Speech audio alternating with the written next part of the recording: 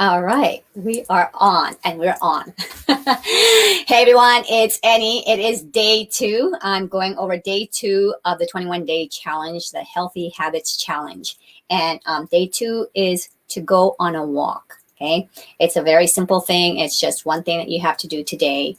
So basically, the challenge is just going to be little tasks that you do for the day, and hopefully you kind of add on to it, kind of like the habit stacking that we did talk about. So yesterday I talked about picking one of the 3 things, which was to drink more water, to eat more. I'm not eat more. You don't want to eat more. To drink more water, to get more sleep, and to get more exercise. Right. So in the resource guide, it's basically we are going to cover all 3, and I recommend just kind of focusing more on one, because sometimes when we try to do too many new habits at one point, it's just not going to happen.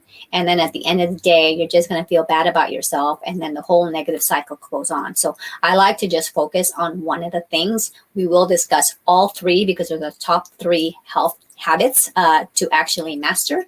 But if you have already mastered, getting more water, getting the right amount of sleep, and getting more exercise, then go ahead and pick a personal habit to work on for this 21-day challenge. Like personal habit ones that you can pick, like meditate more, eat better, right? Eat more veggies. That could be another personal habit to put in there. But I like to just kind of focus on one thing. So for me, I haven't mastered all of them, but I have been working on them for a while. But sleep, that's a hard one for me to tackle, because there's just so many things to learn, right? So many things to read and watch. And so, but that is my focus for this 21-day challenge, is to try to tackle more sleep. But today is going to be on just going for a walk, nice simple walk. And you want to habit stack that to something that you are already doing, right? So if it's something you haven't done, go ahead and walk after dinner. That's a popular thing to do, right? So you want to pick a time where you're not going to feel rushed. And normally a lot of people like to do it after dinner, because after a long day's work, walking is really good for you. It really helps with your mood. It helps with the circulation. It helps with just the muscles and your bones, right? So it's very, very good. It's one of the simplest exercises that you can do. And also, when you kind of compare it to running, it's a lot easier on your joints than it is when you're running, right? So for runners, I kind of tell them, you got to think about the impact when you're hitting that pavement, right? And what it's doing to your joints, because the whole kinetic energy that's going up from the ground all the way up to your body, everything is feeling it. So walking is one of the best exercise I always recommend. Also, if you're going to do any kind of exercise, any activity, even if you're just going to go garden, I actually will recommend always to use the breathe oil. And I recommend this. Basically, you want to just tip it and then put it right here, or you can just smell it from the bottle. What it's going to do, it's going to open up your airways and let you take in more, right? It's basically like a liquid Vicks, right? But it's natural. So, and this is just going to help you to remember to take in more air, right? Because we want to go ahead and take in more oxygen at the same time. And a lot of times people who are stressed out, they're like so tense that they're not even breathing properly. So that's what breathe is. And I actually like to use that daily. Just use it in the morning, use it throughout the day, just to help to remind you to take in more breaths. And one of the other things I've been working on is oxygen and breathing, right? So for me, I got sick last January, and before we knew what COVID was, my son thinks I had it now that he kind of remembers of what my symptoms were. But after being sick for 3 weeks, I had a hard time breathing, right? So when I'm playing tennis, I have a hard time breathing now again. So I've been doing a lot of breathing exercises and doing a lot of research on breathing. And for you mouth breathers, try when you're walking to not breathe through your mouth, right? You want to breathe in through your nose and also breathe out through your nose. So what happens is normally they say breathe out through your mouth. And that's where you want to release more carbon dioxide. But what we actually need some of that, because that is actually what helps the oxygen transfer the hemoglobin to our cells, which produces more energy. So hopefully that didn't go over your head. I just found it fascinating. But breathe, we need to take in more breaths. And I will talk about mouth breathing when it comes to sleeping and how important it is to not do that. Okay, another thing I recommend when you're going walking is to apply deep blue. Apply deep blue like behind your knees and then along, kind of along your quads, your thigh area. People will say, oh, I'm not sore, right? A lot of people like to use these products, these tools when they're sore, and it's not. You don't use it for after the fact.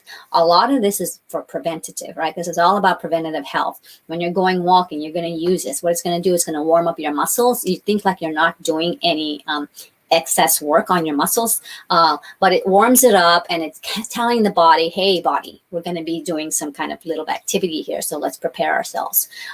So for runners, before and after is the best. I've had marathon runners tell me they've had recovery time cut in half just from using this before, right? Before they were just using it afterwards, and it was really beneficial, but using it before also helped as well. Those are the two that I recommend. So also when you're walking, you want to kind of think about where you're walking. A lot of people will just walk to walk.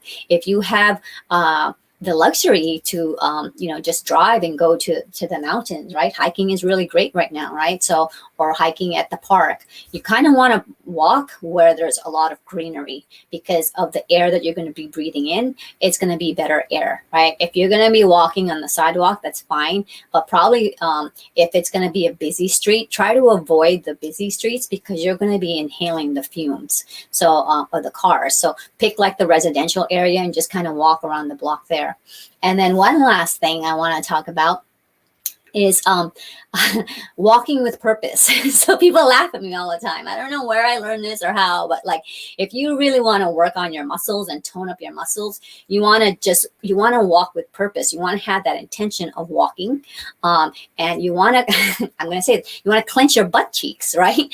So what that's going to do is that's going to activate your muscles. And as you're walking, the amount of time that you walk, if you're walking intentionally, how much benefit and toning that your muscles get is going to be more. You don't have to walk as much as opposed to walking a mile to just walking half a mile and your butt's clenched and your muscles are all clenched, and you're activating those muscles. So that's another one right there. Another thing too, I've actually told someone else now because I'm in this program called Positive Intelligence, where we're trying to relearn to rewire our brain. And a lot of it has to do with meditation. So when you're walking, you can take 2-minute meditations, just kind of like, it's really great if you can learn to meditate with your eyes open. You don't want to walk with your eyes closed and meditate. But, you can focus on something. My other mentor was talking again, how he loves to go on walks, and he will kind of just like look at the grass blade and notice how different they are. Right. So it's all of these things that when you're noticing different things, you're rewiring your brain, and it's actually really helping it to be more creative. So that is it for today. So make sure you go on your walk, take people that you enjoy being with when you're going on a walk. Don't walk and be angry, because then that kind of defeats the purpose. Well, I don't know. I guess you're still walking, but you want to be in a good place.